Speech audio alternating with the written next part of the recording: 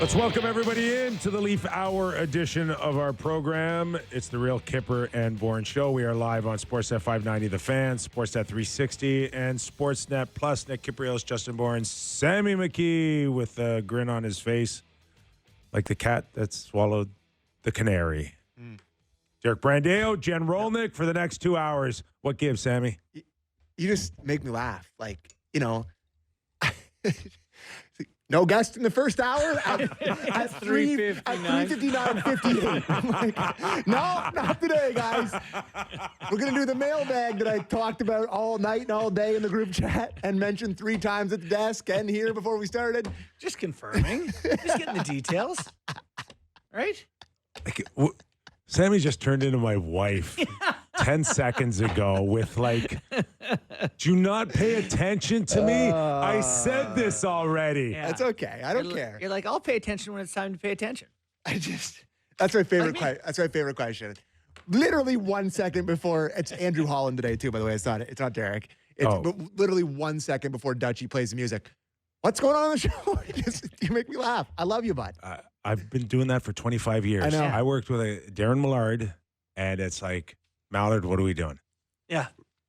Maybe 10 seconds before the show, not 5. But I do find that is a media thing. Like, you can do all the prep, and you've done all the research and all the conversations, but it's like, okay, remind me, what's the main, where are we starting? Research? He does his own form. Yeah. When we started this show 4 years ago, I think I only met you prior to that. The first time I met you, we were on air together. Did you know that? Is that true? It is true. Never met you before. And you were outside Coppingwood's front doors at an NHL alumni tournament, if I'm not mistaken. With Gord Stellick. On the air. Yeah. And really? Yeah. I did a live show with Gord. I believe it was 2019 because I think I had just left Sportsnet then. Right? Yeah. And I'm like, you guys like, you want to come on the air? And I'm like, yeah, sure. And that was the first time I met you. That's funny because Gord was just like grabbing people he knew from the event. And I will say, I was very nervous. I was pretty new. Yes. And I was like not super comfortable in that setting. Yeah, and I do distinctly remember saying, that guy stinks. Never going to make it. Ever. If people had listened to our first show together, they'd have said the same thing. I think I've said it before. But that's torture. Like, I think I scrubbed the internet. So the second time I met you was when we had lunch together. Yeah, we went across the street here from the studios. We sat down. I had never met Sammy before. Yeah. And the third time we did a show. Right? Can I tell you, while we're just like reminiscing for no reason? Yeah. The most awkward thing about the first show was you asked me if I was a Seinfeld guy on air. I did? Yeah. And you were like, you remember the Black and White Cookie episode? And I was like, I do? I was like, I do? And you're like, all right, well, tell people like how it went or whatever. And I was like, well, I don't remember the plot of the episode. I mean, I have seen it. I just remember like there wasn't instant chemistry, but we took a week and we figured it out. You know what was the turning point for us? Stevie Thomas dropping the F-bombs, hardest F-bomb. Multiple F-bombs on our early shows. In our show. Didn't hurt us. And I was like, you know what? We're going to be all right. We're going to be a dressing room vibe show. The only reason I brought this all up is because I just want to go back to back to the original thought of like me going, what are we doing? It's because I don't necessarily prepare. What are you laughing at? Yes, you do. No. You're on the phone for 2 hours. No. That's different. Okay. For me, that's more like just research.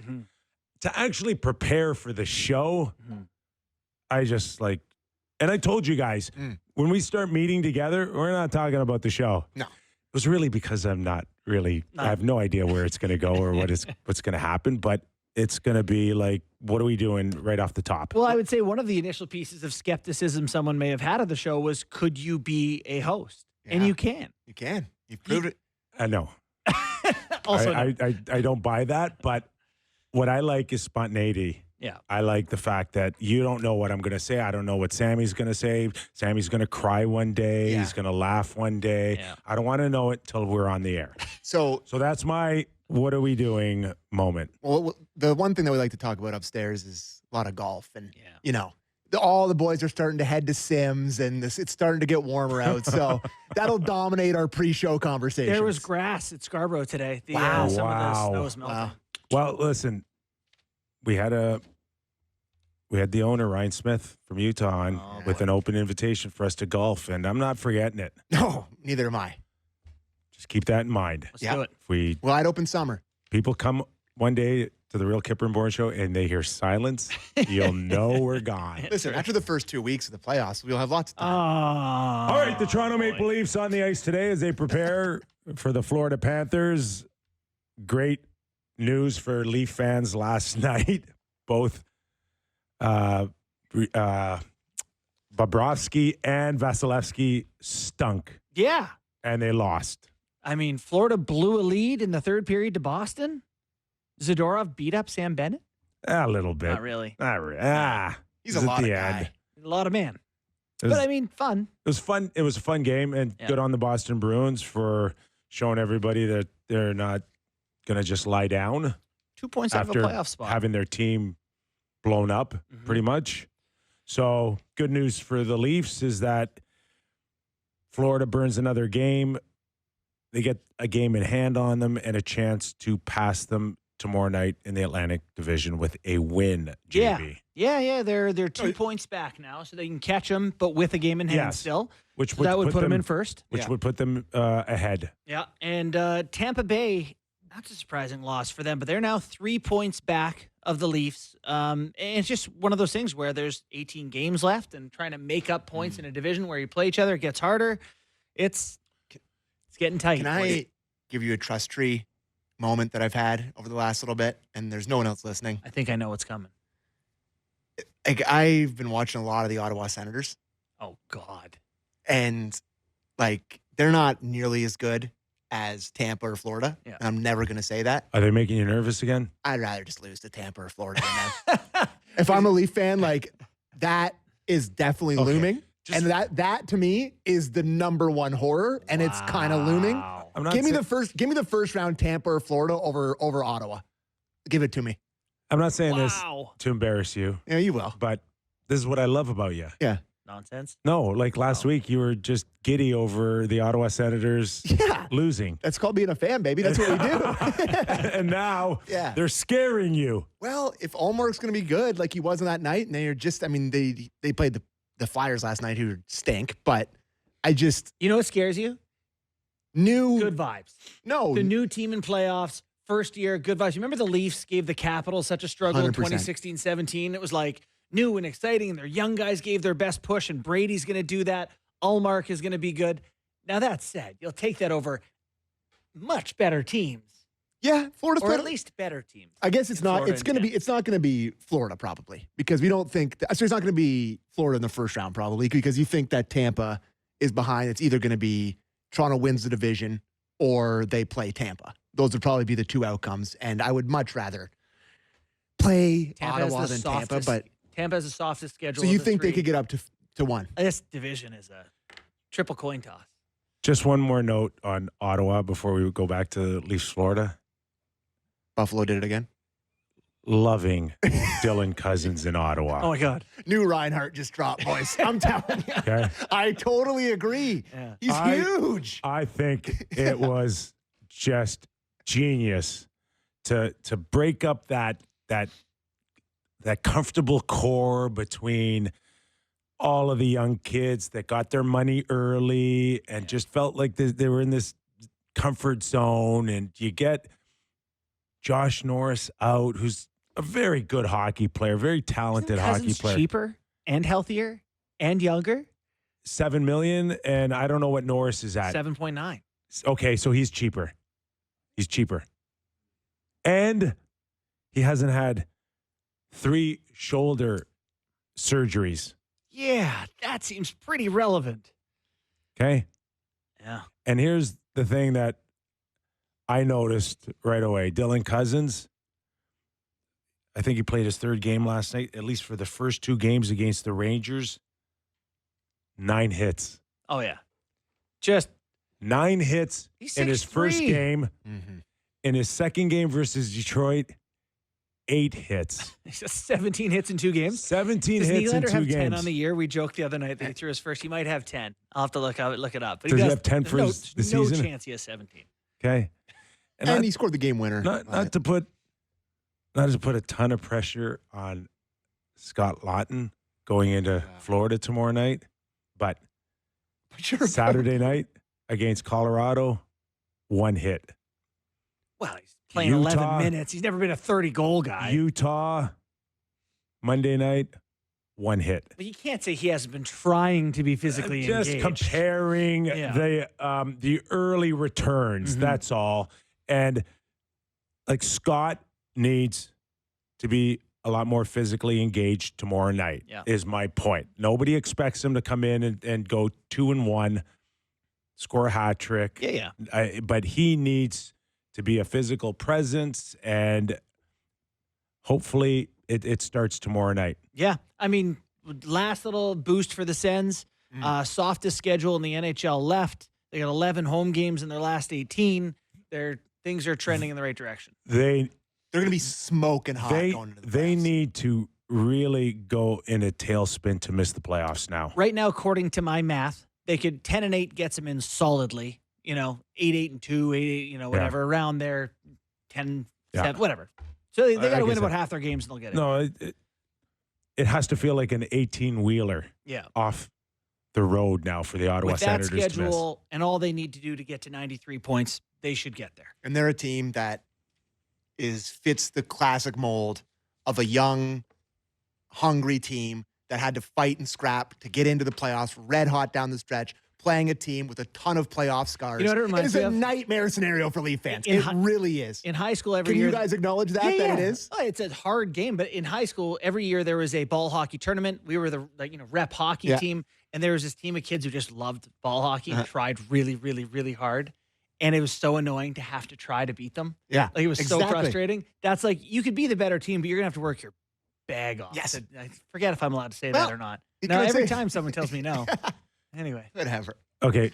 What are your thoughts on now? You're up against a team that is a huge measuring stick for you, but you're coming off a extended road trip here. Can you play any part of a coming off a road trip card Thursday? No, you can't. Do you have any pride? Do you care about the division? Do you see who you're playing? Everything rides on winning the Atlantic, and you go in and go, we were a little sleepy after. No Kachuk, no Marchand, which is a weird thing to say. No Ekblad. Like, it's a game that you should in win. Toronto against a team you're trying to catch.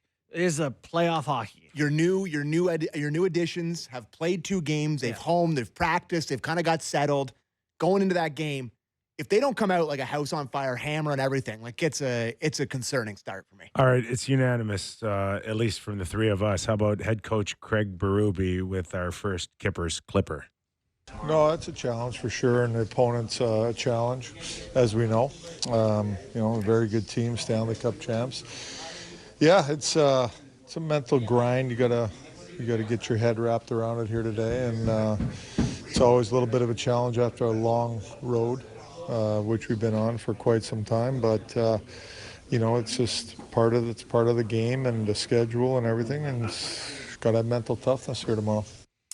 And I'm not going to say he's not right? Like it is physically, it's a lot, but they've had a few days at home now, and sometimes you got to sit in the cold tub and wake yourself up.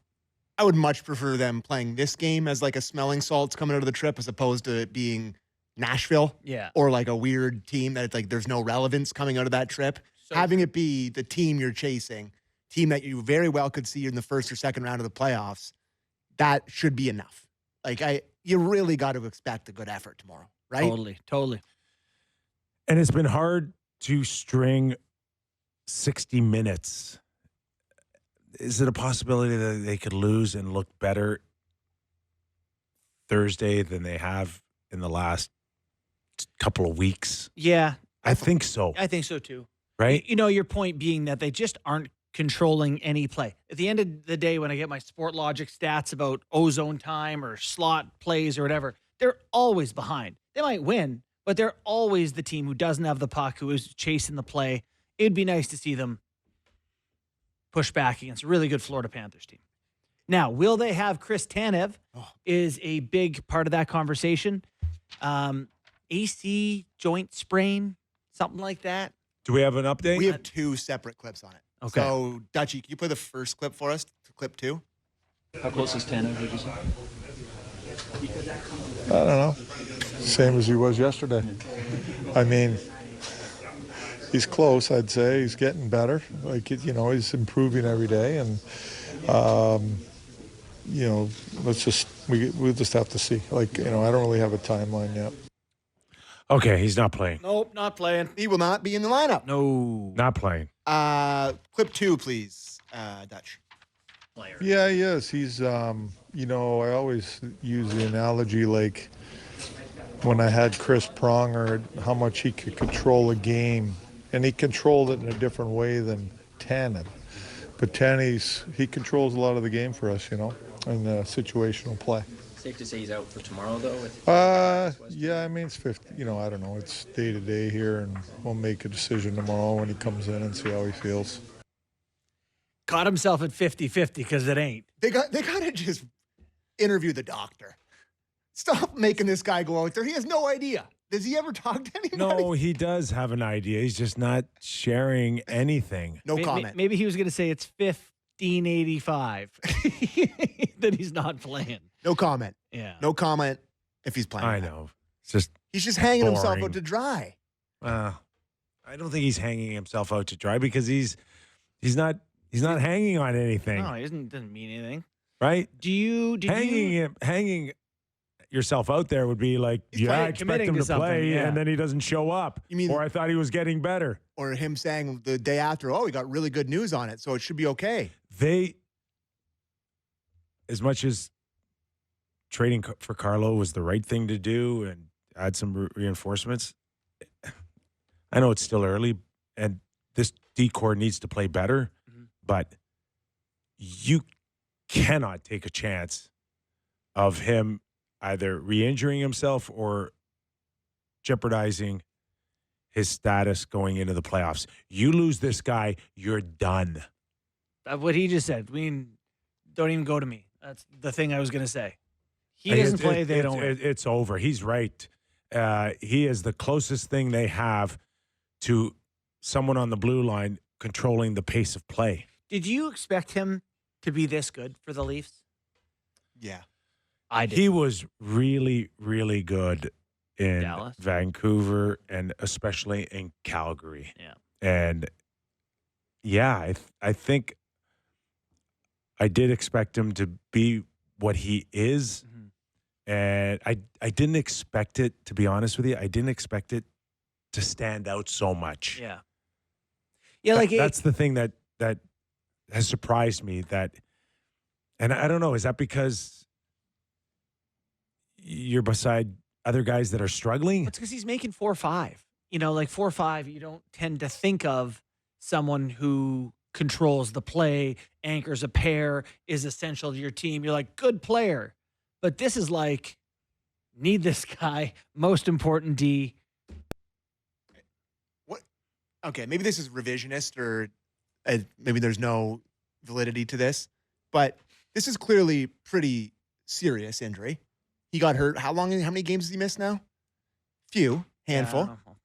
Like, Is it before Four Nations? no, Four I think it Nations? was first couple games back from Four Nations. Was it against Pittsburgh, maybe? His last game played was the 25th of February. Is that against Against Boston. Against Boston. Oh, he took the shoulder. Oh, right. A very innocent kind of looking hit. So would they have had 2 any? weeks now. Would they have had any thought of LTIR and spend some money? Guy that needs rest down the stretch. Well, not if he's saying he's close to 50-50 now. You know, Okay. you're 5 weeks from the end of the season. You might have him in a week or two. And if you're trying to win the division, not there. But I see your idea. Listen, the answer isn't about their issue. The Leafs at the trade deadline to your point, the issue wasn't not having cap space. It was Assets. not even assets. Who's out there? Who can we get? And that's the biggest Good point. hurdle is who's better, at what price, who's even available. There was nothing, Sam. There was nothing. All good. And I'm just asking the question. They were because- fortunate, I think, to get Carlo, and they paid a heavy price here. He was not cheap. Yeah. But he was the best alternative left out there. After that, you'd be hard-pressed to find anyone that could log Carlo's minutes or add any type of depth like that. Yeah. Fair enough. They did well to I get just asked. Carlo. Yeah, and it's totally fair question. Going to be fascinating to see if he gets a little bit more comfortable. All right. We've got a number of Berube clips on this upcoming game. Do you want to start with preparing for the Panthers? Yeah, if you prepare differently for the Panthers. Clip 8. Well, you prepare your team of what you're expecting from the other team, and what kind of a game it's going to be. I think that's the most important thing. We still want to play our game, and we want to initiate as much as possible and go after these guys. But at the same time, there's always, every team you play, there's a style of play that they play, and we got to try to take advantage of it and try to understand what we're facing. Can I ask you a question, Kip? Oh my God, I was just going to say the same thing. What is it? When he says we got to play our game, what is our game? Lately, right? What is the Leafs game? What would you say? Yeah. What would you say you do here? You do here. But like, what is the thing you do? Like, chunky on I think you should leave. Yeah. Well, before you come out here, you got to have an idea. Yeah. Are they physical? Are they high flying offense? Are they defensive? If I go back, I think they've had two really, really good stretches, if I'm not mistaken. Okay. One was in November, and another one maybe early January, where you go, okay. And I just remember a team that was very hard on a forecheck, Okay, right? I'll take that. A forechecking team. Yes. Yeah. Very hard on a forecheck. Drove to the net. Berube, simple hockey. Being able to get pucks that they get in deep, not turn pucks over. I've seen more turnovers, than Sarah Lee right now. Yeah. So that to me is not I think anywhere near where their game had been earlier in the season. by the definition of what you're calling their game, which I agree with, they are currently not playing their game. They are not protecting the puck well. They are not hard on the forecheck. There's no cycles. There's no structure where they're together. It's often one guy in a forecheck while two guys are changing, and then they're going the other way. Another guy's changing. Like, it doesn't seem like there's much cohesiveness right now. No. Guys don't have short support for each other. When they do have it, And too spread out. I remember us talking in the first couple months. We'd come in here and be like, "Remember odd man rushes?" Well, Yeah. it's like they never gave up odd man rushes. They locked it down. It was totally consistent with that, and then it just all it is. And from the back end, earlier in the year, not spending that much time in their own zone. Mm-hmm. And I get it. There's no star on that blue line. That includes Chris Tanev when he comes back. Right. But simple first passes out of your zone. And now that's not the case here. Florida's D that won the cup, their best D was who? Montour. You Yeah, Montour and Ekblad was good which too. if you take the top 20 D in the NHL, neither guy goes inside that. My point being, you can win collectively. I think that was always the case with this blue line. Yeah. But Jake McCabe is very important to this team. I'm Yes. watching him the last two games, and he's wearing cement boots trying to pass the puck. And it's like, no good. Mm-hmm. No good. Feet aren't moving. There's not many options for you. That cross ice, the 60-foot cross ice pass in the neutral zone ends up on the other team's stick, and it's right back in your zone. Yeah. I didn't see that earlier. It was clean. It wasn't fancy. It wasn't overly wow. Yeah. But it worked for them earlier in the year, and now it's not working. Pulling up some numbers. The Leafs dump in rate. They're the percentage of like entries where they dump it in. The team who dumps it in most in the NHL is Florida. 54% of their entries are off a dump in. The Leafs are fifth most dump ins in the NHL. They're over 50% at 50.6. Ottawa, by the way, second. Is there a retrieval or retreat percentage? Yes, there are. And I feel retrieval to retreat percentage? no, like a recovery percentage. Yeah, recovery of, percentage on dump ins. How many times do you get the puck back when you dump it in? I wanted to tell you they stink at it. They don't. Fifth best in the NHL. They get back 22.6% of their dumped in pucks, according to this thing. Who gets most? Florida? Sorry for making you do The that. Islanders. Okay. I might need a second with some of this data. That's okay. But can you tell me how much of a percentage different? Like, are we talking about 3%, 4%, 25%? Between them and the Islanders? Can you see? yeah. What would the They're- Islanders be? Yeah, they're like 24%. Okay. Yeah. All right. So I they're- mean, I don't know how that looks like in terms of the total number of pucks that you get over the Leafs. But I got to run this through some thought. Yeah. But yeah, so anyway, they do dump the puck into tons. That clearly is part of who they are. They need to get in on the forecheck. They get great goaltending, too. Oh, yeah. They That's get great goaltending. That's identity.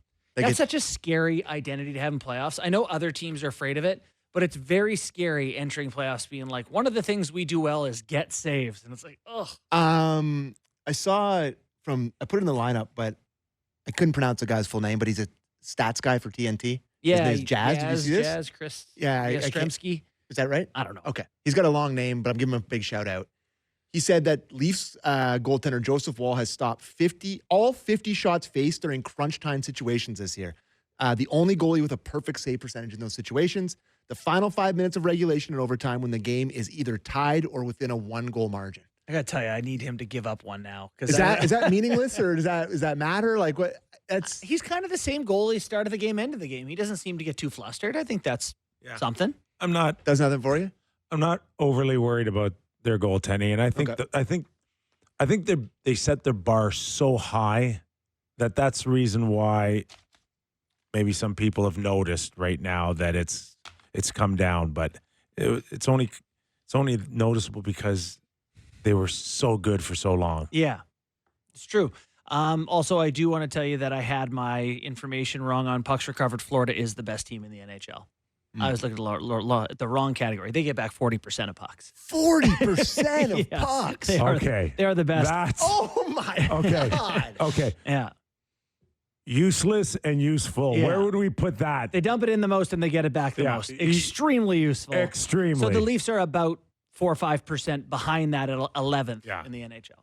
Yeah, they're that hungry. The one I was looking at is recoveries with scoring chances after. So the okay. Leafs do that. Yeah. Okay. Yeah. Hey, one other question I have before we go to break to get to the mailbag. I've seen a lot of stuff about the Leafs 5-on-5 stats being way down from years past to this one. How much of that is one of the best 5-on-5 players since he's entered the league just not being himself? How much does that factor into it? Yeah, that's a good Because point. it's just like they've had Austin Matthews who's he had the most even strength goals since he's entered the league. Like he's a guy that has been absolutely dominant 5-on-5. And a lot of people are pointing to that. And I can't help but wonder, I don't know if there's any way to quantify it, but that has to be a factor. The best line in the NHL, the best lines like the McDavid line and whoever else you have in that category, they typically tend to get 65% of the goals. Like, they'll outscore their opposition by about that much. And that line right now, I think it's at 55% at 5-on-5. Like, they're better than their opposition, but you need them to be better than that. Really? Yeah. As far as Matthews is concerned, like we got to start seeing some of that old magic here. Especially tomorrow night. Tomorrow night's a big challenge for him, 100%. no question. And I know they didn't have a great game against Utah, but let's just start with 2 goals in the shootout between Marner and Matthews. And Matthews' goal that he scored, I don't know if people truly appreciated how good of a goal that was. Chutzpah.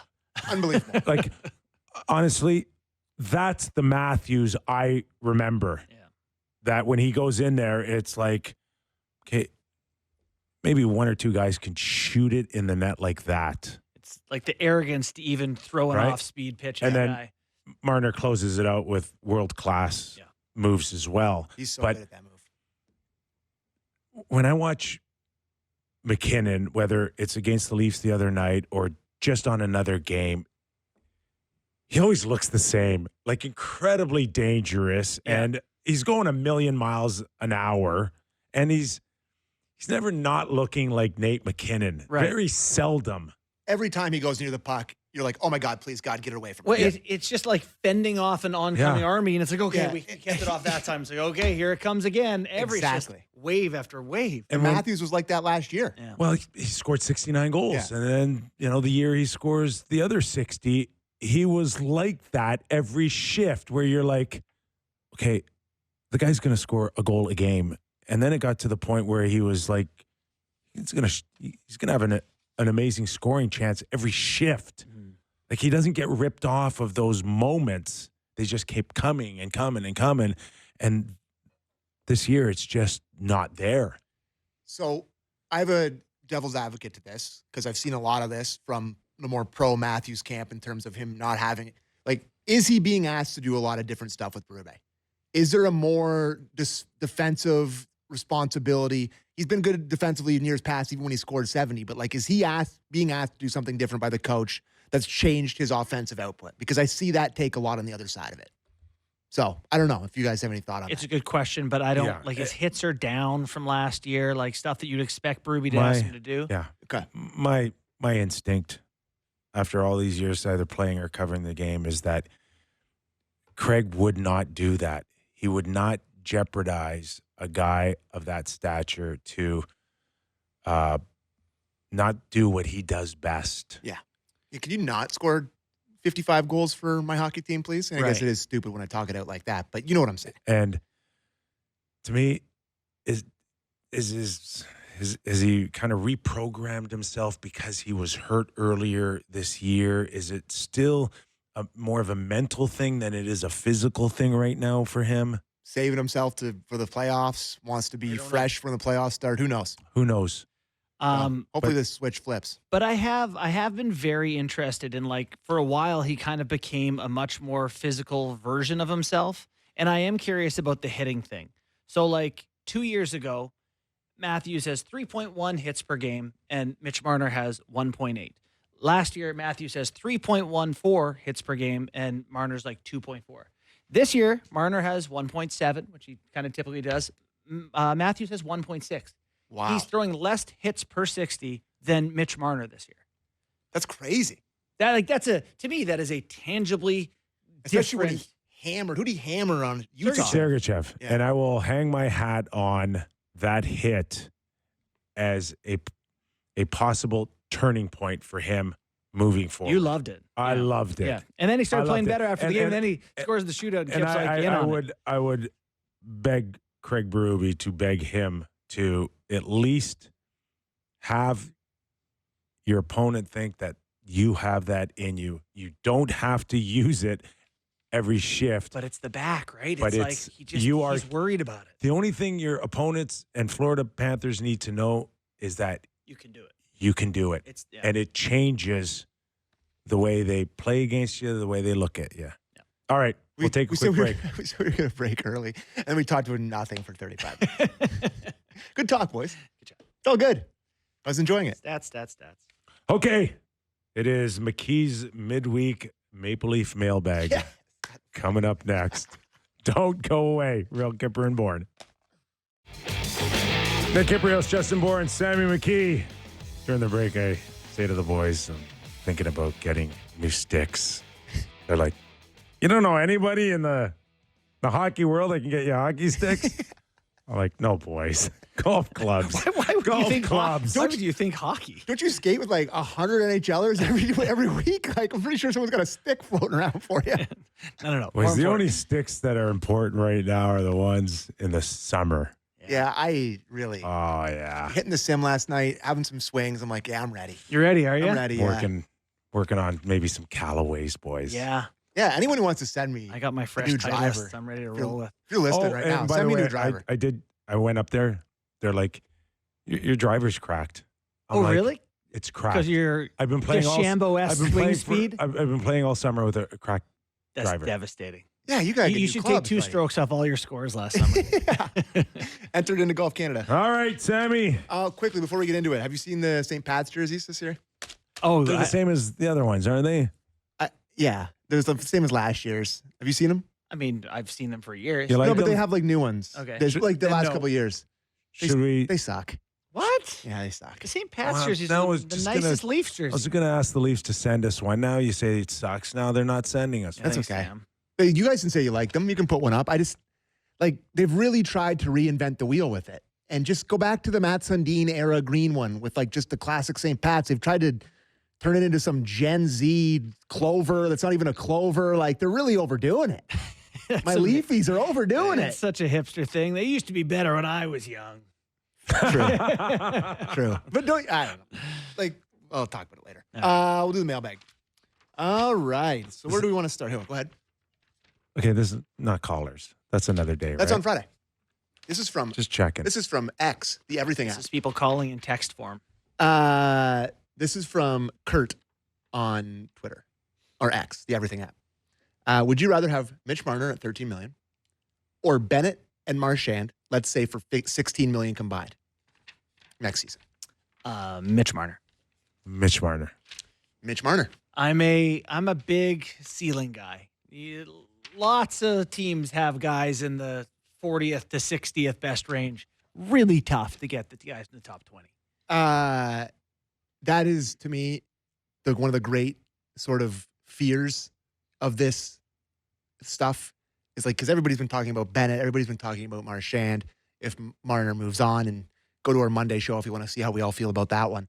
But, forecasting to next year, we're like, oh my God, they got Sam Bennett. And it's like, and it's just like, this isn't quite as good as having Mitch Marner on the team, is it? This isn't quite as exciting.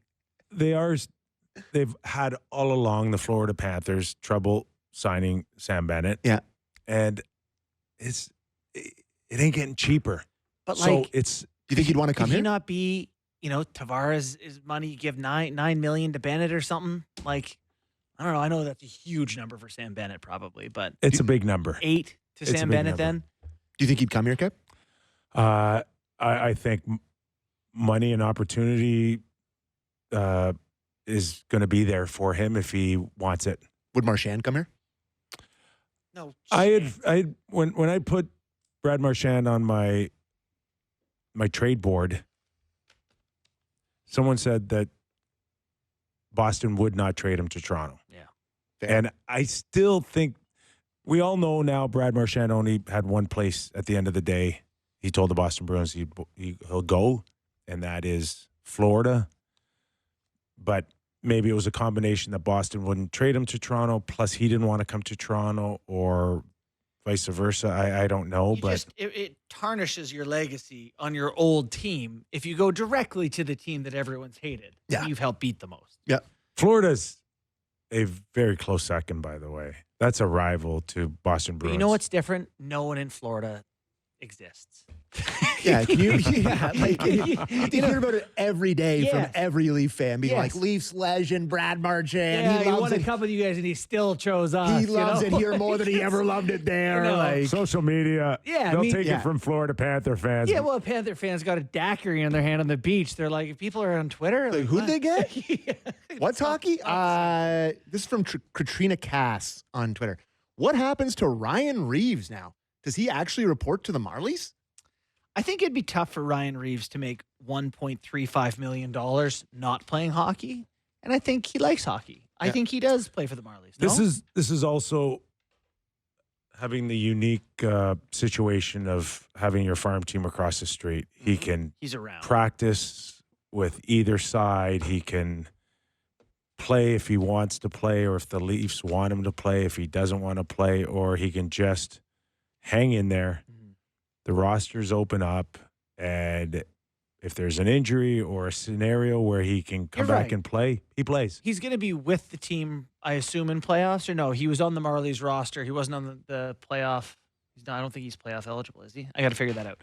But anyway, I would believe he would be. He probably if it'd be a call up. It Yeah. would he'd have to go through the process, I think, of being called up, if I'm not mistaken. yeah. But even now with LTIR and stuff, I bet Yeah, he's up. I don't with know the if he team. was officially. He cleared waivers. Yep. Yeah. But I don't know where he officially is right now on the roster. Yeah, I believe he's with the Marlies, but I do think You do? that you'll see him with the Leafs in the coming weeks. He'll be around. the Guys record- love him. They want him around. For the record, we went through this with Wayne Simmons, Mhm. and I don't think he ever played for the Marlies, but I don't think it really helped him either not playing for the Marlies. Right. It might have been better to stay fresh, play games, handle the Something. puck. Just stay in a routine of prep. But after years and years of playing in the NHL, real tough to take that bus to Utica and suit up, you know? This is from Ethan, member of the Passion Zone. Nuclear scenario, because we're not allowed to have nice things in this market. Would you guys rather have the Leafs enter the playoffs with Matthews in his current state? He says just over 40%, that's pretty harsh to how he feels. Yeah. And the rest of the team in decent form, or have the 70-goal version of him with the D and goaltending of years past. Oh, take the 40%. Yeah. You have no shot with Goaltending. with 100-goal score if you have no faith in your goalie. Well, I mean, every game was 2-1 or 3-2 in the first round of the playoffs last year. But that's the point, Sam. One more save there, and maybe You win different. 1-0? Yeah. I don't know. Not illegal to win 1-0. Well, they could have won 1-0 in Game 7, I guess. Had a chance at it. They did have a chance at it. Yeah, but you need your best player to be the goalie, even if a guy scores a hat trick. I'm telling you that it's everything. It is so funny that we spend so much time picking through detail systems, players, whatever, and the whole thing can get undercut if the goalie just stinks. yeah, It doesn't even matter if the goalie stinks. that's what keeps you up at night if you're a general manager. This one's from Average Joe's Gymnasium. Relevant because they're playing the Panthers tomorrow. Have you guys covered the Ekblad suspension yet? Well, we mentioned it. We talked about Yeah. it briefly. We found out about it on the show, I think. Mhm. And I don't know that there's a ton to offer. Here's what we know. He's been suspended for 20 games, performance-enhancing drugs. He says he took something without consulting the team. It's got to be it, right? Don't look any further than these guys. They take stuff for healing. He was an idiot. Yeah. He did not. So you don't check. think it's like something nefarious where he's like, I'm going to knowingly take a No. steroid that's illegal. No, absolutely not. Yeah. I think this guy, there's multiple people around these athletes today, including the guy in the corner store at the nutritionist who's a nutritionist, and it's like, try this and try that. There is a list of substances that are banned to the players. Right. You give it to your Which, by the way, no one's ever you that. you give it to anybody that wants to prescribe something to you or give you something. You have to go back to the trainers before you pop anything and say, "Can you look at this? Am I good to go Because here?" people often be like, this is like it's cream of shelled ladybug. And you're like, sure, if that helps. I don't know. Yeah. It sounds herbal. So it's like, and if it is on the list, Yeah. you're done. Now, the one thing that makes people skeptical is he's an oft-injured player who, the NHL testing is pretty porous. It's not impossible to slide through the cracks, random testing once a year sort of thing. And they're in their cup window. He is incentivized to be the best version of himself. So people, Contract here. yeah, there's a lot of people being like, I get why he'd want to be healthy at all costs. Yeah. But he's not an idiot. It's No.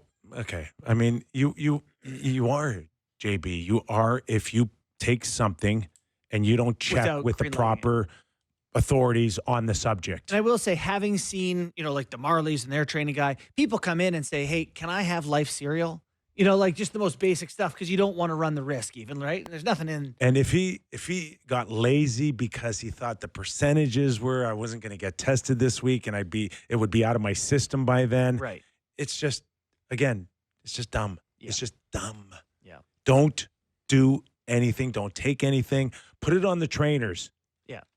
He told me I could take it. Yeah. Put it on somebody else through the team, though, to take something orally without the team putting a stamp on it is just Now, I don't know how much money it cost him.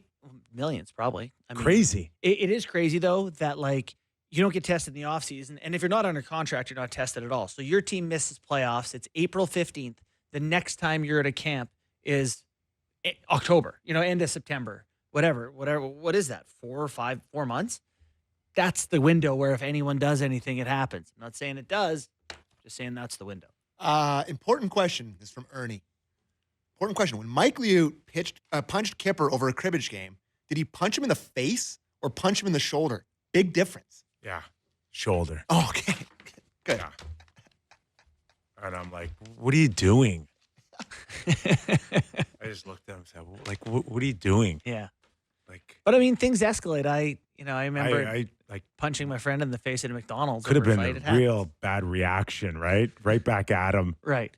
But I'm like, he's a veteran. I'm just this young punk. Give him dead arm, and now he can't lift his glove hand. If the Leafs beat Florida tomorrow night, is it a statement game, or because they're missing Kachuk, Ekblad, and Marchand, it's not? Oh, that's a nightmare. You don't get to claim it if it's No, I got full statement game. statement. Full statement yeah, game. full statement game. It doesn't matter. In, out, doesn't matter. If you have a good look to your game, then you can ride that going into the stretch. Particularly because the Panthers are going to look something like this. They don't know that they're going to have Kachuk back. They're not going to have Ekblad back for 2 games. They're coming in pissed right now. They blew a 2-0 lead. Big points. Right? With 11 minutes to go. Yeah. On a team that has had the last 2 weeks of barely giving up a goal. Yeah. And this is just earlier about the dump and chase stuff. This is from Officer Nasty on Twitter. Craig Brûlé is a dump and chase coach. Is it just me, or does this team execute the dump and chase piss poor? Don't know if I can say that, but I just did. Feel like the majority of the dump-ins this season just become passes to the other team. This feels like a big contribution to them not controlling much of the play these days. And what was the number for them? Was that recovery or dump in? Dump in. They dump it in about 50.5% of the time. And how often did they come out with the puck? Do you remember? 36%, roughly 35 point something. And the Panthers dump it in 55% and get it back 40%.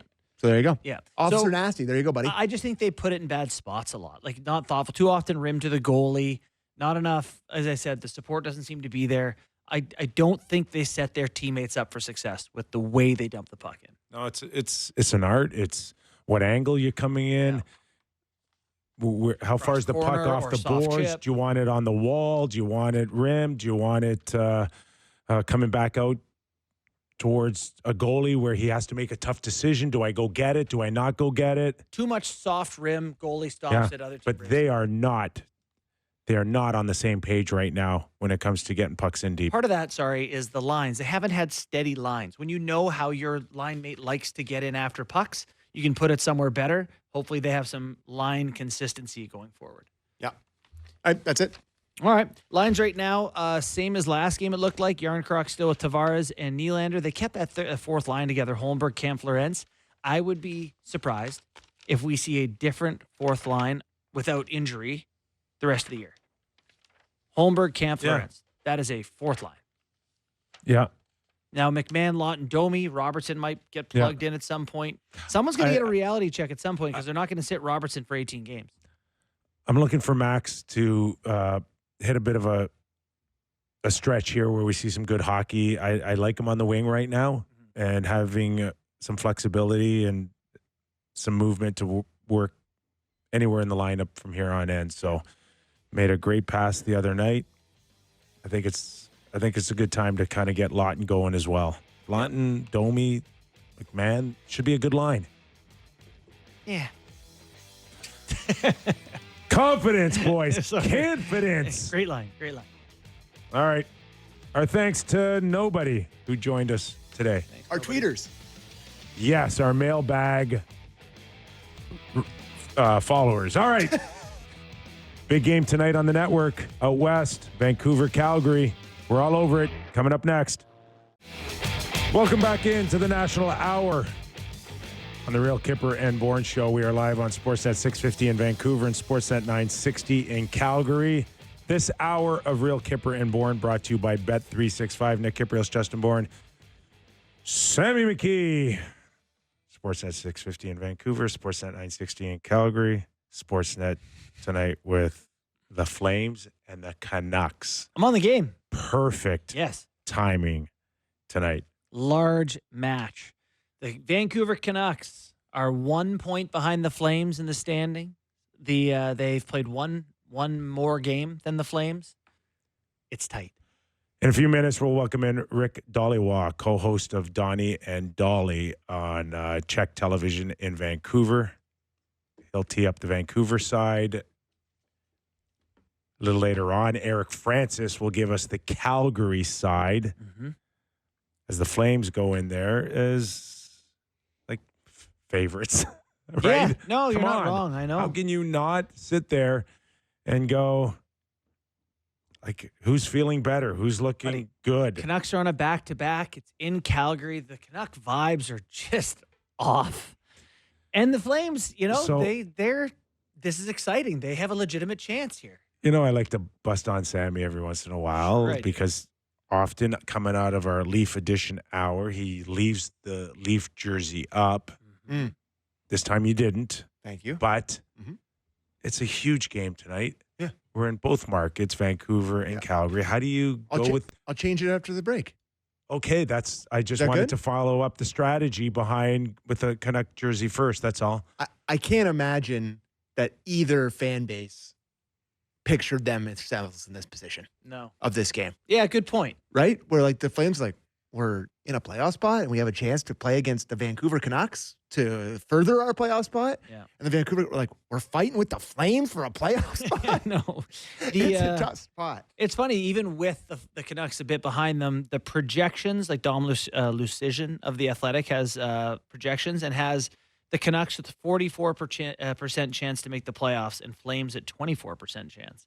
Flames got to be way higher. I mean, I know that's a mathematical model, but this is whoever wins tonight, it's a massive swing in those numbers. Massive. Seems maybe Calgary with the edge, I think, during the regular season as well, is got to be feeling like we're a lot more destined than these guys right now. Yeah, I think so too, Kip. I mean, so much has gone wrong with Vancouver season, and I don't think the Flames were even kind of calling like a bit of a rebuild year, and instead they start adding. They're obviously feeling good about themselves. The one thing I have said about the Flames, like, boy, it doesn't seem like they score. They don't have a top-end offense. They can't create. The team they're playing tonight, the Vancouver Canucks, only team in the NHL without a forward who has 40 points. They don't have one guy with 40 points on their roster. They're the only team. So Forward on their roster. only forward, yeah. Sorry, Quinn Hughes has 61 points. Yeah. But so this is a matchup of two pretty offensively inept teams, and just a matter of who can shoot it in. And the Flames have potentially the rookie of the year in net. Yeah. Right. Well, and Valley said Vezina nominee. Likes his game a lot. So in the first hour, in our Leaf show, we talked about a statement game possibly for the Toronto Maple Leafs with Florida Thursday night. Can Vancouver have a bit of a statement here? Maybe grasping at straws here, but can they have a good feeling coming out of this, even with a loss? No. That's not possible from here on They out. got 17 games left. There's no more. Are they not so low coming off of a loss to Montreal that even if they showed some real life in this thing, that it can still build? Yeah, you start doing the math. It's like, okay, they got 18 games left. He scored the other night. He's got 2 goals in his last 3. They could He ripped one in last night. he did rip one They in. could something like that would be huge. Quinn Hughes could come back tonight. That would get the momentum going. But when you start to do the math, how many points do you think makes the playoffs in the West? Maybe it's 91. Okay, well the Canucks have 69. You got 18 games left. You got to get 22 points. You need 11 wins in 18 games, Kip. So go like 11-7. Pretty attainable. But you lose a game tonight to Calgary, and it gets a lot harder. Yeah. Maybe the total goes up to 92 that you need, and now you need another win. It's just, they got to win tonight. Working on Rick here. Kevin Lankinen is going back-to-back. Yeah. It almost never happens in the NHL now. Yeah. Or at least that was projected that he'll go back-to-back. A lot of pressure on him too. And coming like in tonight. Yeah, and Demko, unfortunately, just hasn't been. So much has gone wrong. World record amounts of things have gone wrong for this Canucks team. But Kevin Lankinen has been a bright spot. So, I mean, you used to see guys go back-to-back. It used to happen. What's that? Nothing. Oh, it's just Jen was talking to me. Oh. Yeah, didn't Valley say, how many games did Henrik Lundqvist play the one year for them? Yeah, a pile. I think Luongo played 70 games one year for the Canucks. And I also think he said Lundqvist save percentage in back-to-backs was like 920 something. But, you love that as a teammate where, you're going to the back-to-back, you need the game, he's your goalie. You're like, yeah, I'm going to play goalie. And you can't lose, so maybe you don't feel as good if he doesn't play very well, but at least he went out there and he gave you the chance. He tried. Yeah, no, I agree with that. So, and it's going to be crucial. So after this, Vancouver has a couple soft games, Chicago, Utah, and then they have a 6-game road trip. So, it just gets harder. It gets harder for them. And I do think that we should probably give some love to St. Louis and Utah. Well, they're nipping around the edges here. Yeah. They're not going away. They're not going away. And they have more home games than away. They've got a lot of non-playoff teams. They have such a soft schedule coming up, the Blues. Pittsburgh, Minnesota, Anaheim, Nashville, Vancouver, Chicago, Nashville, Montreal, Nashville coming up for them. So look out, Blues. Any faith on Quinn Hughes coming back and making a difference off of what obviously is a nagging scenario here? Like, are they rushing him because they're worried about the season? Do you have any faith at all that he can come back and play like he did prior to this? Yeah. What do we got? Stomach pulled muscles. I think he can play, Kip, but he's might be a little tentative, and maybe you won't get the best of him. But let's talk to someone who knows more than me. Rick Dhaliwal joins us. It's been a while, buddy. How are you? Love you guys. I'm back. Thank you for having me back. Yes, we're back. All right. Having you back. So if we ask Calgary Flame fans, which we will through Eric Francis, this will feel as close as a playoff type of atmosphere. They're pumped. They're jacked. Canucks, can they find anything to feel the same way? Or are they too busy right now going, what the? Yeah. They better figure it out, Kipper, and real quick, and I'll tell you why. 8 points up for grabs this week. 8. And last night, they started this week off with the 4-2 loss to the Habs.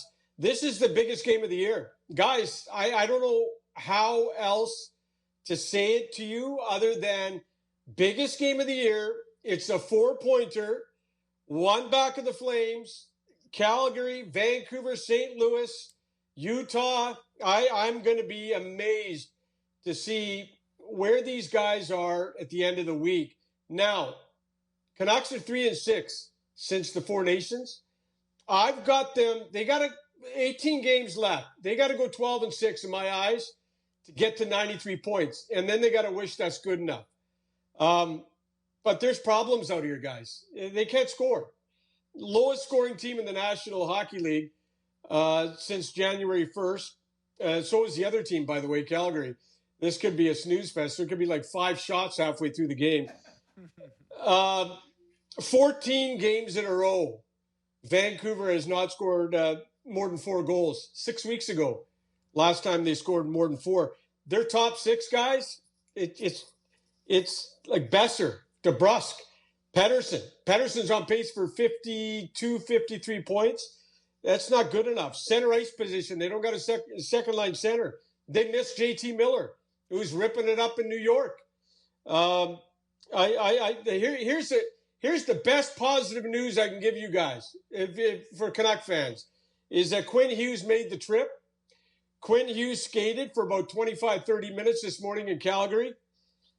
You know, when you look at their goal scoring problems, that guy's a big problem. That's a big reason why, because he creates so much of that offense. If he gets back tonight, I don't know if he is, but it sure looks good after looking at some of the video of Hughes skating in Calgary today. But that would be a big bonus, a big-time bonus. But, Kipper, to be really nice to you, it's the game of the year. Yeah. It's not even close. Yep. It's the game of the year. No, we're looking forward to it as well. So sometimes the fan base here in Toronto, Rick, will pick apart the Leafs, albeit they're challenging for an Atlantic division still, but style of play, dump and chase, is it affecting Austin Matthews at all?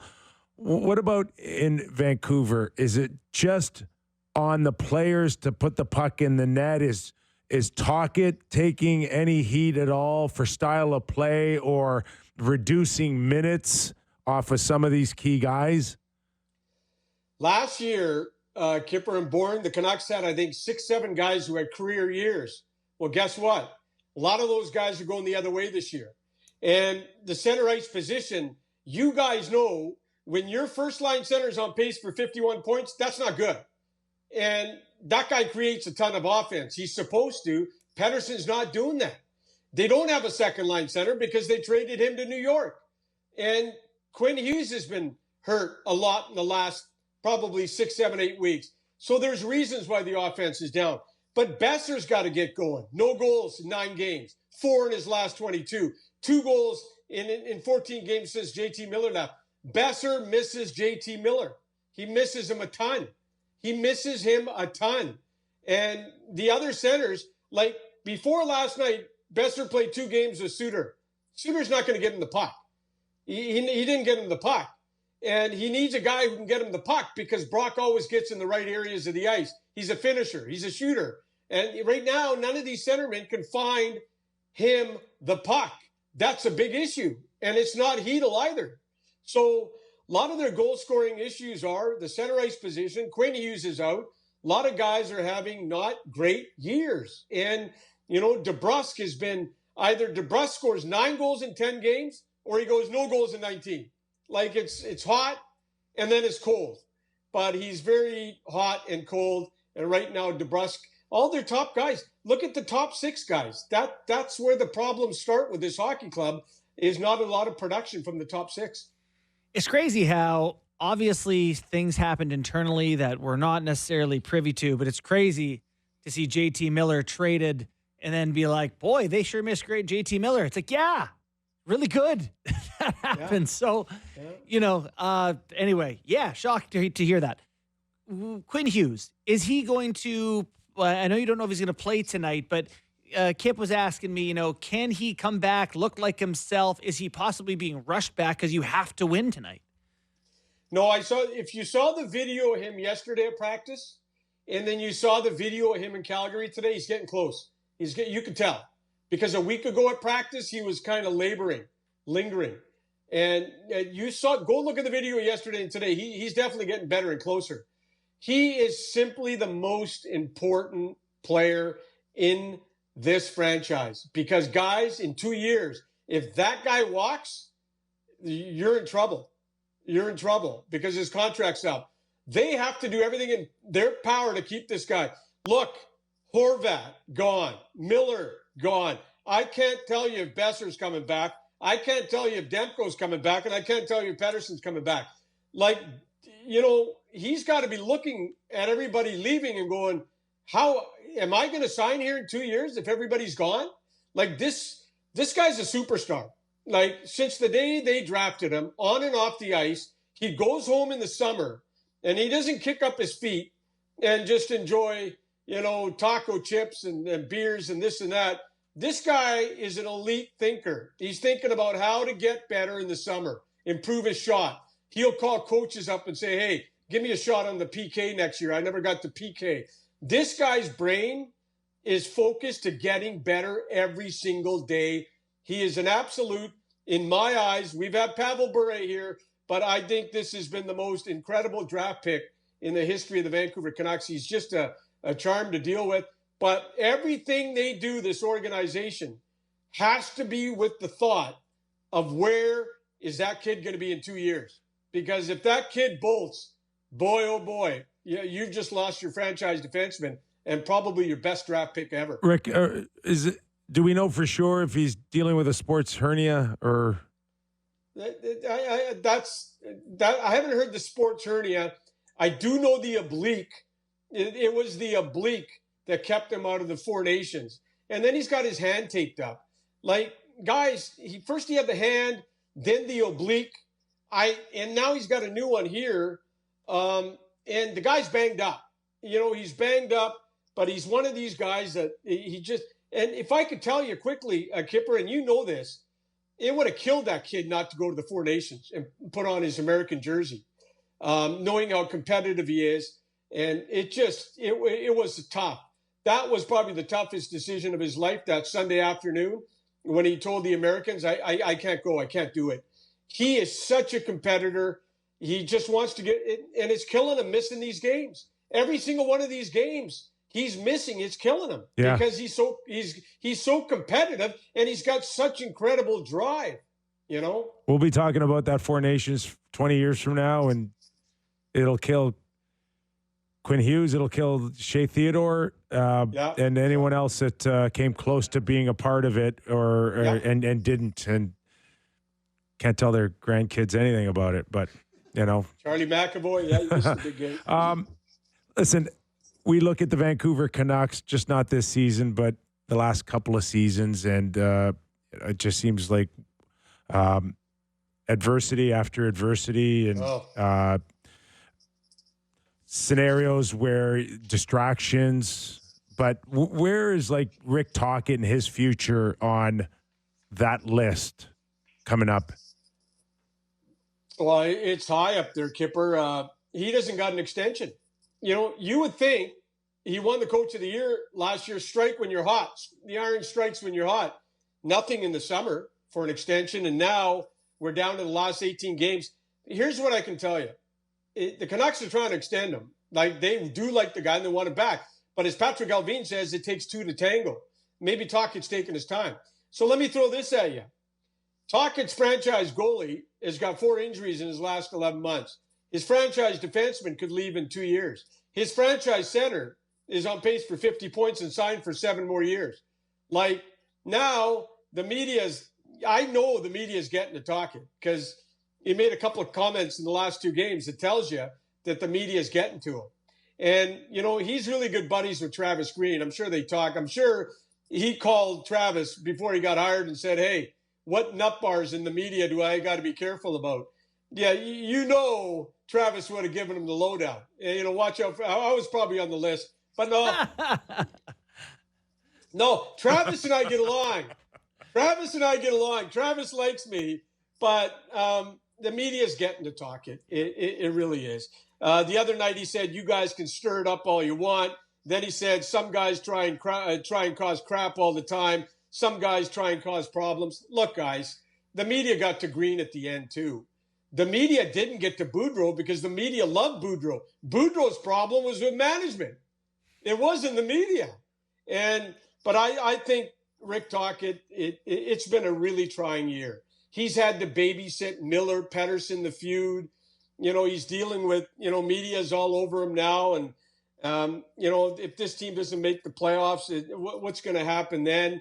But he's got a decision to make, Rick Tocchet. I'm really surprised we're 18 games left in the regular season. He's not signed, but maybe he needs more time to think about it, guys. All right, well, let's have this conversation. The Canucks have had everything go wrong possible. I mean, literally everything in a season that you could have go wrong with the franchise seems to have gone wrong. They have a chance to make the playoffs. What has gone right? Who's playing well? Is it Philip Hronik playing 27 minutes? Who do you look at this year and go, this is part of what's going to be their turnaround, their solution, their future? Well, the future, I want to talk about this Elias Pettersson defenseman, guys. He's been a find. 3rd-round pick, went to Abbotsford. He's paired up with Hronik. This kid went down to Abbotsford. He reminds me of Matthias Olin. Big, strong, loves the physicality. That's a guy to keep an eye on. In 2 or 3 or 4 weeks, they might sign Tom Willander, their first pick out of Boston University. That's a guy to keep an eye on. So when you ask about future, that's the 2 guys that I really like. Garland's been great all year. He's giving you 19, 20 minutes every night.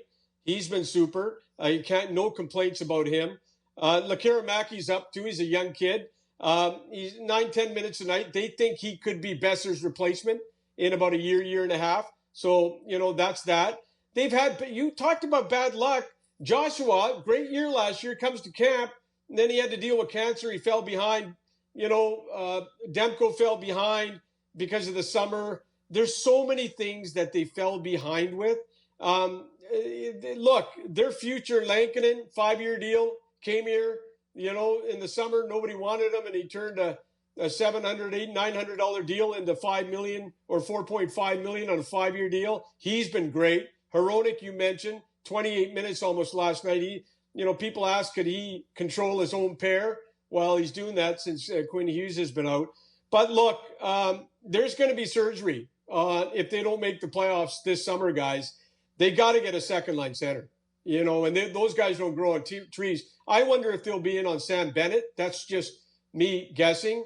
But how much they got $13 million in cap space. They didn't use it at the deadline, which surprised a lot of people, right? So are you going to solve your problems? You can solve them 3 ways: through the draft, through trades, or July 1st. So, and one thing Kyper knows, and this, is you never count out a Jim Rutherford team because Jim's always got something up his sleeve. Because if he's not happy, he's thinking 24/7 on how to, rebuild this thing in Vancouver. I don't see a rebuild. They were talking about that on the radio in Vancouver today, but they might have to retool here a little bit because, and the other thing Pettersson better show them in the next 18 games that he's a first-line center, or they're going to have a decision to make on him at the draft too. Rick, I want to follow that up with the thought that would be reason alone to keep Brock Besser, because you're not going to rebuild. And as you mentioned earlier, you can't score. That should be reason enough that Brock Besser's still a Vancouver Canucks. But why am I left with the impression that he's a Vancouver Canuck today? Because you couldn't get a bucket of pucks for him at the trade deadline. Yeah, you know what? Well, you said it. But not me. You said it. Well, actually, Alvin said it, Kyper. Thank you. The GM came out and said it. And I don't think Brock and his camp are doing cartwheels about that. I mean, they can't be. Yeah, I mean, they just can't be. Like, the one thing that Brock has felt at times in this negotiation is that he's been disrespected. And, the GM, hammers him quite a bit all year long. It's been happening. But so here's the thing on Brock Besser. The Canucks did make Besser a contract offer last Thursday, a brand new one. Not the one from earlier in the year, but they made him a brand new one. It wasn't good enough. It didn't get close. I would say to you that if Besser's going to continue playing in Vancouver, and I do believe they'll probably continue to talk after the season, he's looking for 6 or 7 years, guys. Can he get that from Vancouver? Vancouver's first offer was 5 times 8. They don't want to go to 6. They don't want to go to 7. And they definitely don't want to go to 8. Can he get 7 years on July 1st is the big question. Can Brock do that? I don't think Brock has any desire to sign for 5, but I wonder if 6 or 7 could get it done. And I wonder if 7 can get it done on July 1st. Look, Brock Besser, 9th all time in team scoring, right? I mean, he's been here forever. And they can't find the common ground on term. And you've mentioned it, Kyper, in some of your articles on Sportsnet. The money is not the issue; it's the term. They just gave Marcus Pettersson. What did they give him? 5-6 years and he's the same age, 28. So Canucks don't want to go to 7 or 8 years, and they were stuck at 5. And I think Brock wants 6 or 7, and he might have to go to free agency to see if he can get that term. Rick, enjoy the game tonight. We will most certainly watch it with great anticipation. Thanks for doing this, pal. My favorite guys in Toronto, you two. hey, even though the city of Vancouver hates Toronto, yes, and believe me, they do. Oh, we know. And I got a warm spot for you two and Friedman. That's it. Wow, we'll take it.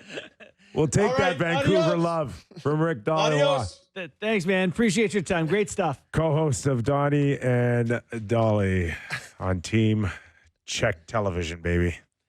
It's an avalanche of information. It's drinking from an information fire hose. Love it. Game time? Game time.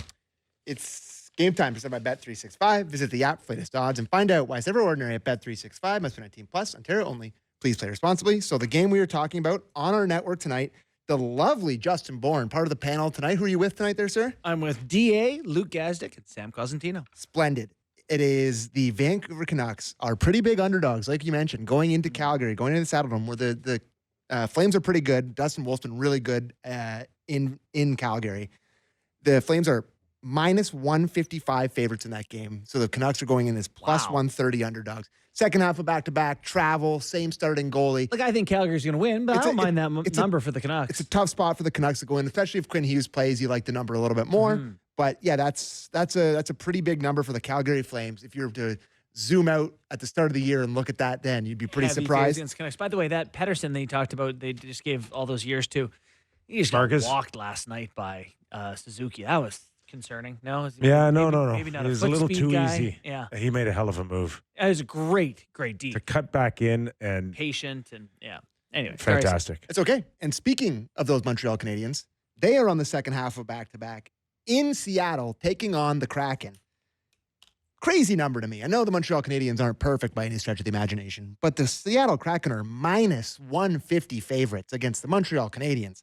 Montreal Canadiens, like I said, not perfect. They have Jacob Dobish starting tonight, who's been pretty good for them. Give me the Montreal Canadiens as underdogs tonight, plus 125 against the Seattle Kraken, who are no good. By the way, the Canadiens, we actually need to get PJ back on the show. They're 2 points out of the playoffs. Yeah, they're good. We had a show earlier this year where, like, are they going to disband the franchise? Are they getting relegated?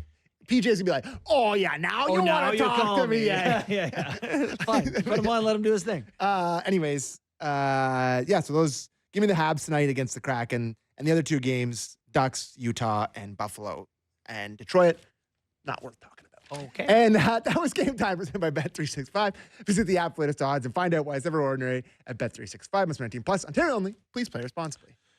I just want to follow up a little bit on Patrick Alvin and his comments that, you would have laughed at the offers for Brock Besser. And yeah, on the surface, it kind of looks like it's a little disrespectful to Brock Besser. And I don't know if it was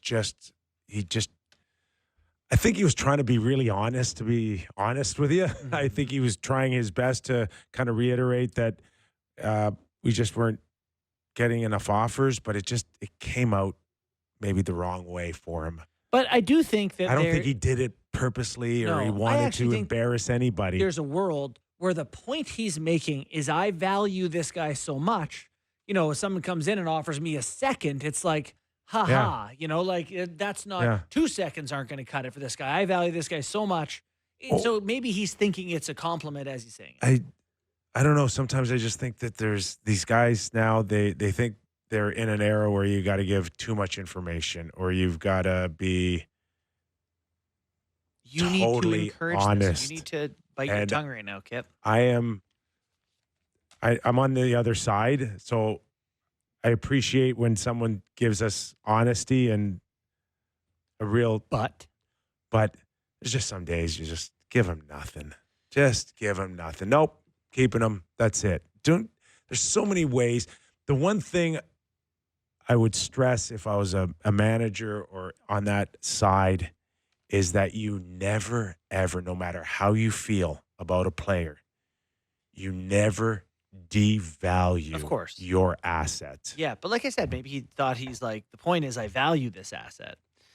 But I did come out the way you're talking about. It's really hard for me, and I'll confess this. I tend to think that if we all can see what's going on, typically with most of these situations, wouldn't it be nice if everyone were just honest and talked and just tell us the truth and we'll all grow up and move on?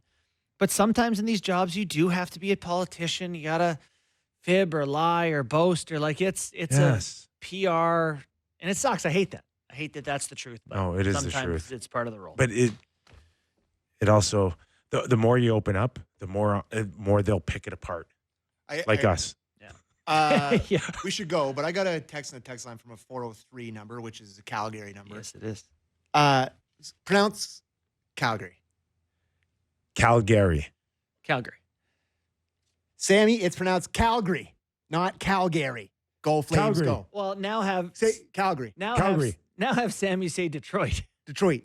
No, you don't say Detroit. Elliot's Detroit. the worst. You say Detroit. Yeah. It's a third syllable. With what? Detroit. Detroit, yeah. Not Detroit. I say Detroit. Detroit. I say Detroit. Elliot's the worst. Is he a full Detroit? Oh, and yeah. a Calgary? But you ever see how he hyphenates like all the teams? It's a mess. Yeah, It's the a abbreviations. mess. But I will say, living in Toronto long enough, Toronto. you do learn that it's Toronto. not many syllables. It's not Toronto. It's Toronto. Toronto. Toronto. All right, let's take a quick break. We'll get the Calgary side. Oh, no. Calgary. Calgary. Calgary. Not Calgary either. On. Flames. The Flames. I'm not saying Calgary the rest of the No, year. you just said it right. Good job. I don't know what I said. Eric Francis when we return to Real Kipper and Bourne. Welcome back to the program. Nick Kypreos, Justin Bourne, and Sam McKee. All eyes on the Calgary Flames and the Vancouver Canucks tonight. We'll track down Eric Francis. Rick Dhaliwal just did a great job covering the Vancouver Canucks. I think. Hold on. We're doing pronunciations. You say the L at the end of Dhaliwal, do you not? Okay. What did I say? Dhaliwal. Dhaliwal. No, Calgary. Dollywood. This show is off the rails. Calgary. Oh, my God. All right. I'm all right. scared to talk All right. I'm right producing now. over here. Okay? All right. Let me do it. Huberdeau, Kadri, Coronado, Farabee, Backlund, Coleman, Sharangovich, Frost, Pospisil, Lomberg, Rooney, Useri. That's a good hockey team. That's a solid playoff team that is going to work like Where hell. was that comment in October? No one saw this coming. No, that's true. No one saw this coming, but here's where it came from. Farabee and Frost fill it out really nicely. Those are nice additions. I don't know that Coronado, I thought he was going to be a player, a contributor for them this year. Pospisil, Zari, those guys have come along. Some of their sort of, I don't know, this guy could help guys. They've helped. They've developed. That's very nice for the Flames. Where are you outside of maybe even making the playoffs here, but in a year or two, where is the likes of Rasmus Anderson and Nazem Kadri for you? Well, you know, Anderson, why does everyone trade their good players? Why is it I know they did. That may not be the case here. But like Anderson is 28 years old. He's a force who's getting better. He's a great player. Like to me, that's like let's keep this guy till you've got to give him whatever, 7 years, 8 years. Take him till he's 37, 38. No? Yeah. Is he now? I won't save this for you. I'll save it for Eric Francis here. Senior columnist with Sportsnet back. Buddy, are you nervous about the big game? Are you good? This is playoff hockey, isn't it? I love it. I don't get nervous. I get excited. This will be fun to watch, fun to cover. Does it? That's a good athlete answer. Does it feel like it's been a while since a game like this has kind of carried a buzz?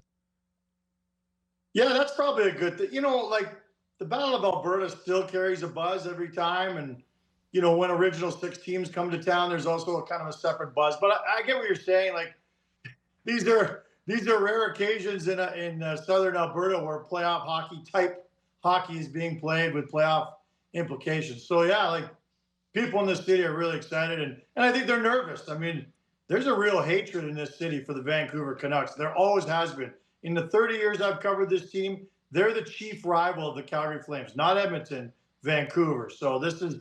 It adds a layer to this. That's fantastic. And I will say Toronto also hates Vancouver. So shout out to our friends in Vancouver. And they hate us. That's I say us as being in Toronto. Hey, listen, I'm a BC boy. But so tonight, such a massive game. Calgary has the leg up right now. It feels like it's kind of their playoff spot to lose. How did we end up here, Eric?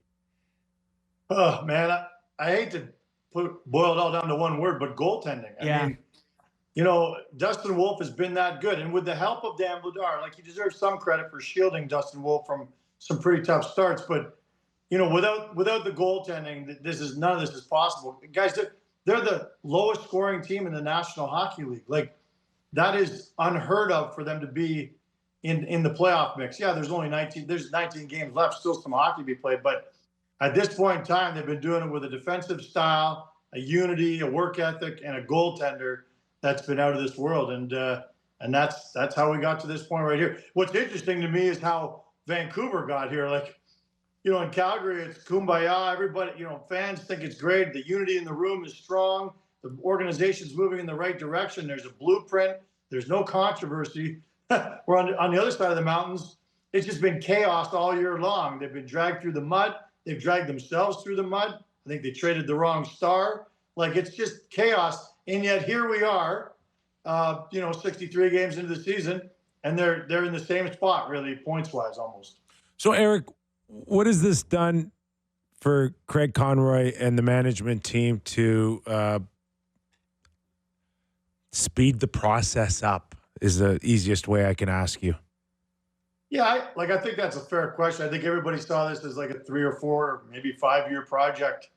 But, I think that, hey, I speak to Craig Conroy all the time. He's got to admit that he's a little surprised at where they're at right now and how quickly things have come together.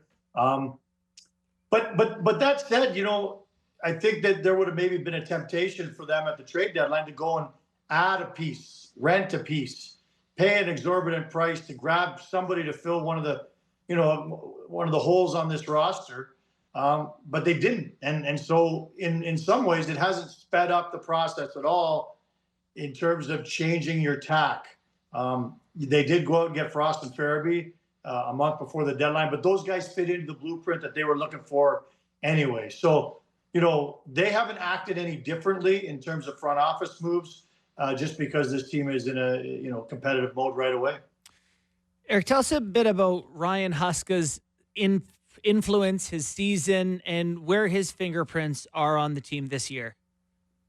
He's kind of the mastermind behind the system, of course. And, he kind of recognized two years ago that when he came in that this wasn't a team that was going to win track meets. This is a team that's going to win, only based on defense first hockey, discipline hockey, stay on the right side of the puck all the time. And that comes with a sacrifice of offense, obviously. But he's, and he's not the only guy in the league that's ever done that. Lots of guys do that. And we saw it here with Daryl Sutter to a degree as well. So, but he's done so well to kind of put it in the hands of the players. He says, I could come up with all the X's and O's and plans and designs I want, but if the players don't buy in, then I'm powerless as a coach. And he's empowered a group of 6 leaders. He refers to it as his leadership group almost every day. And it's the veterans, the guys who've been here, the Kadris, the Colemans, the Michael Backlunds, the Huberdeaus, Uyghur, and Rasmus Anderson. And they've even added Ryan Lomberg to an extent this year. But those are the guys. And they have rallied the troops. And it's those guys who've kind of driven and set a standard for the youngsters and said, we can be a competitive team. This is how you have to act as a pro on and off the ice. And if we do that, it can work. And that's kind of the way it's worked. So I give full credit for him being a player's coach and empowering his players to want to play for Ryan Huska. If there was any thought for Craig Conroy to trade Rasmus Anderson, it would have been this year with another year left on his contract at 4.5. The value that he would have brought would have been better than anything I think we could see from a defenseman maybe in the last few years. So in saying that, with the success that the Calgary Flames have had this year, it's a no-brainer that he resigns. Well, I'll first of all refer back to your earlier question. Had this team been a bottom feeder like everyone expected this season, then maybe you're right. Maybe the plans have changed because they have decided to keep Rasmus Anderson. Maybe they would have traded him if they weren't in a competitive mode right now. But that said, Rasmus Anderson's played a very large role in this team's ability to be competitive and be in this situation. So yes, they value him tremendously. Points wise, I don't think he ranks with many of the number one defensemen on any team in the league. He's also minus 22. I know that's not a very important stat, but it's somewhat telling. Listen, this guy is, I think, 4th in the league in shot blocks. He's just been so selfless and become a real leader on this team, if not the leader of this team.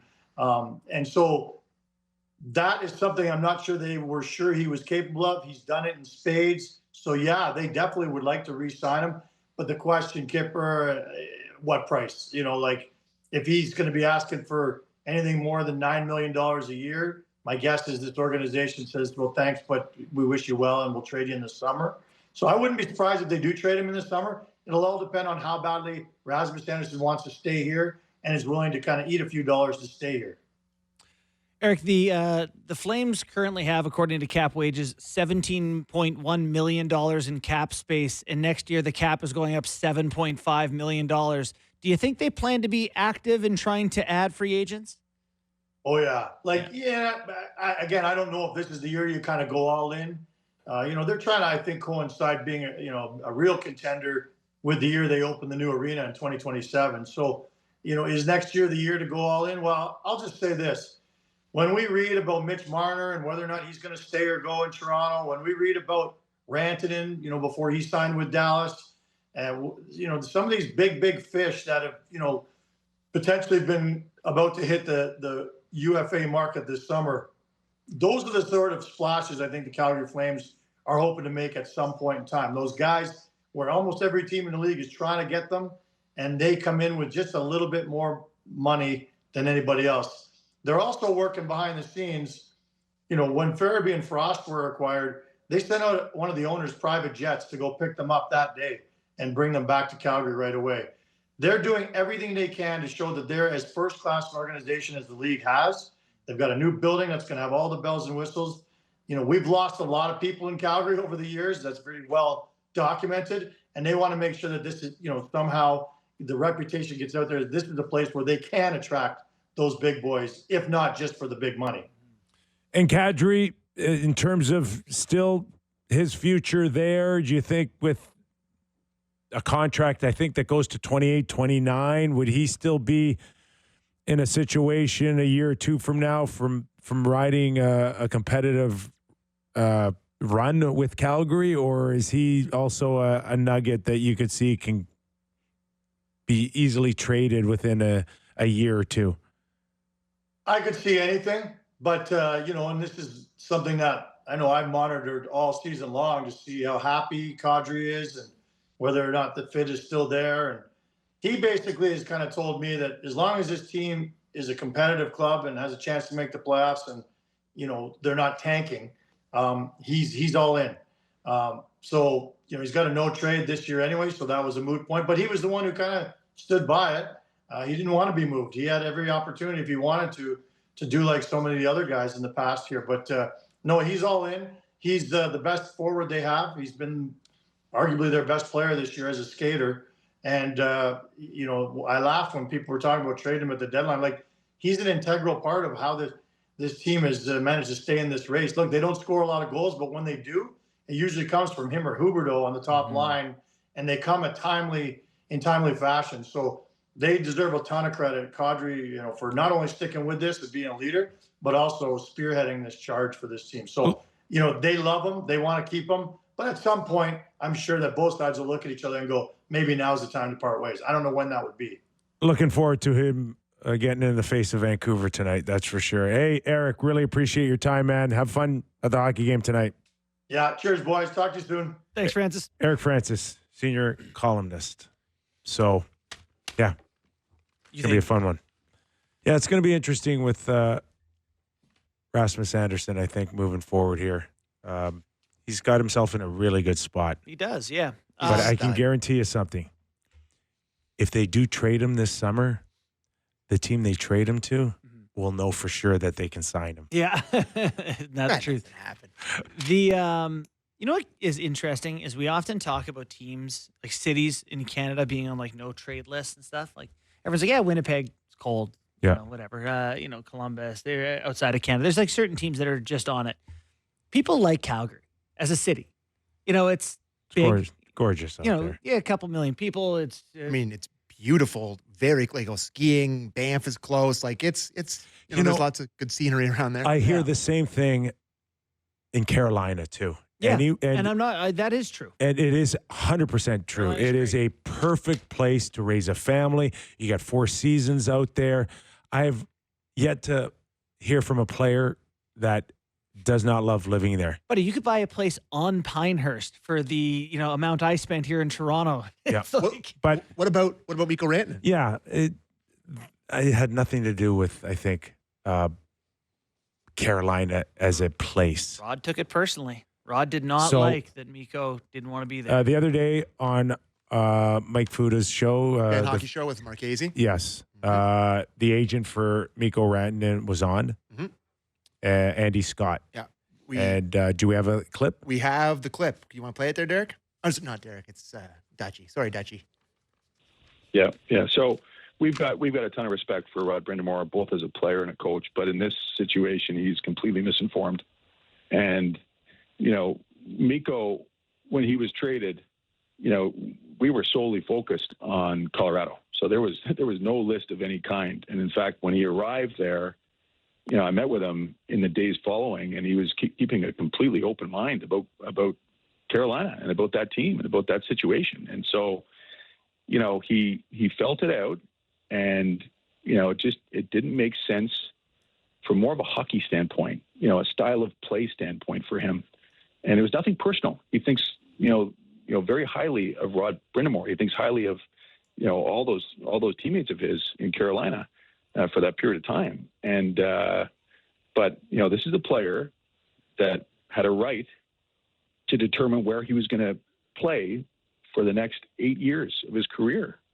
And, he gave it a lot of thought, even at Four Nations. We were communicating during Four Nations, after Four Nations, and he had not made up his mind. And ultimately, he did make up his mind, and we helped Carolina out by providing a list of teams at that stage in terms of where he would go. But that is the truth. That's how this unfolded. And so anything otherwise is not the case. I don't know if we have the full time for what Tulsky responded with, but if Eric you'll Tulsky's the general manager of Hurricanes. And he said sort of that Rod Brind'Amour is an exaggerator. Do we have it? I mean, it's short. I don't know. We're running out of time here, but we have it. Dutch, we have time. We have time for it. Okay, let's play it. It's not like the player walked in on day one and said, I'm not signing here, here's my 4 teams. He did give it time, and that was something we heard from him a week before the deadline, not on day one. Rod's a little prone to exaggeration. It's sort of a running joke in our market that, when you ask Rod about an injury, if he's like, look, it's horrible, he's going to be out long term, I don't know what we're going to do. That means the player's out until at least Thursday, maybe Friday. Look, Rod, right, that's good. cares passionately about this team. All right, I'm not sure I'd go that far to tell the hockey world about Rod's exaggerations. He's passionate, man. Like Brind'Amour, you could tell was bothered. We're gonna probably hear more and more. It's a mess. It's a mess. It's a mess. Here's what just everybody needs to know. Earlier in the year, Colorado gave Carolina permission to talk to Rantanen and Andy Scott. Earlier in the year, well before the trade. And Rantanen made it clear, okay, I'm not interested, right? My focus is on signing in Colorado. Yeah. And they still traded for him. Mm-hmm. Which... It's a whoopsie. No, nobody does that. No teams would ever do that. And that one stung. It stung a bit. They got pretty good assets for him, but didn't help him this year. And this is a team trying to win the Stanley Cup this year. I don't know if they think they're good. Big win. No, they think that. And to their credit, they're playing well again. Yeah, they are. Beat Tampa last night.